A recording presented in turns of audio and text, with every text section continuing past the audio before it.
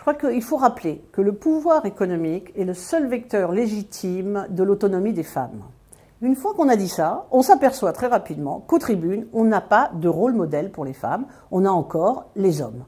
Et il me semblait qu'aujourd'hui, dans ce qui est la transformation de la société, il fallait jeter un autre coup d'œil, un autre regard sur les femmes. Oui, ce sont bien des expertes.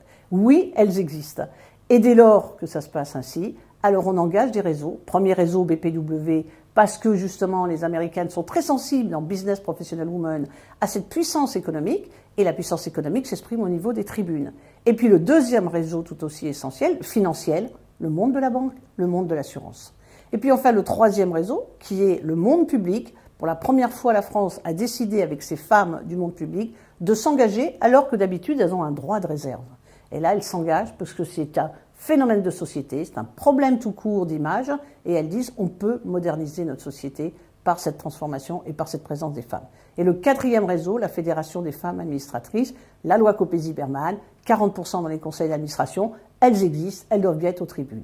Et dès lors que cela est factuel, alors le monde public, on l'engage en disant puisque la société civile, organisant des colloques, a besoin de vous pour consacrer son colloque, vous devez être capable de dire non si la parité n'est pas à la tribune. Donc, pas de femmes, pas de débat.